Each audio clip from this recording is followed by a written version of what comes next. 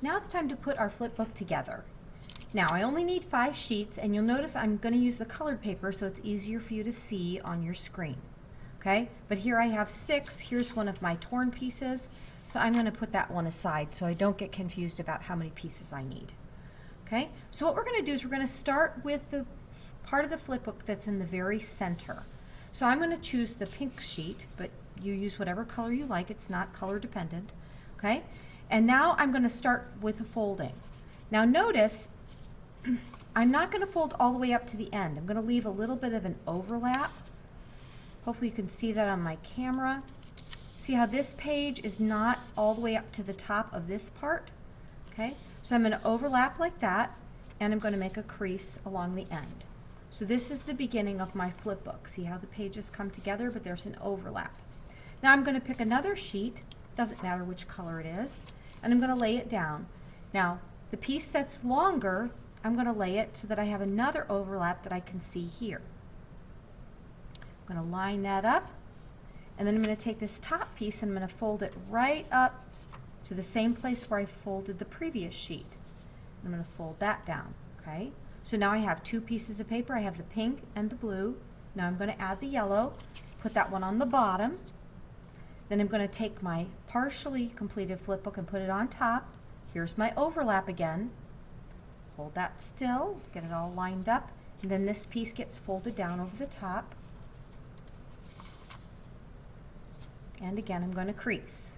Now I'm going to go for my, my green sheet of paper. Again, I'm going to line that up. See how I have my overlap here at the bottom? Line it all up. Take my green sheet and fold it down over the top. Then you can see this one's in a different order of color. That doesn't really matter. Okay, but now I need one more sheet, and it's kind of like the cover for my notebook. But this will also give us a place to write when we develop our own experiment. So here I'm taking my white sheet as my cover paper, and I'm laying that down. See, again, I have my overlap here at the bottom. Line it all up, and then I have just a small overlap at the top this time.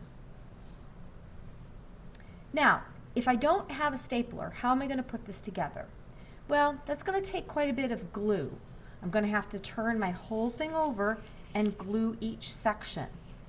Okay, so here I'm going to put just a little bit of glue right here at the top, and then I'm going to lift the next sheet and lay it nice and flat. Press real hard over where I put the glue. Now I'm ready for my next layer. Put one swipe of glue, and then my yellow layer is next. You have to be really careful that you keep your fold in the same exact place, okay, for each layer. That's what makes it a little bit more difficult. And I forgot to put my scrap paper underneath. I like to have a piece of scrap under whenever I'm gluing so that I don't get glue on my tabletop. Again, I'm going to swipe the glue across and then just fold my next layer down. Make sure it's all nice and lined up. Okay, and I'm going to continue now with my pink layer. Now, unfortunately, glue doesn't work as well as staples. So now I'm going to show you, if you have a stapler, what you can do instead of all those layers of glue. Because this, you're really going to have to let it sit and dry for a while if all you have is glue. What I would recommend is you just let it sit and maybe take something heavy like a book or something and lay it right on top of here before you do any of the other steps. But let's say we do have a stapler.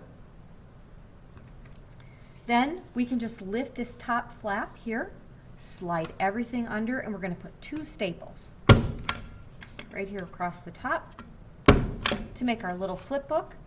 Then when we close it, it has a nice appearance from the front and you don't see the staples. Okay, so now we have our flip book all ready to go with all the different levels. I'm going to take a pause here so it'll give you time to catch up and then come on to the next video.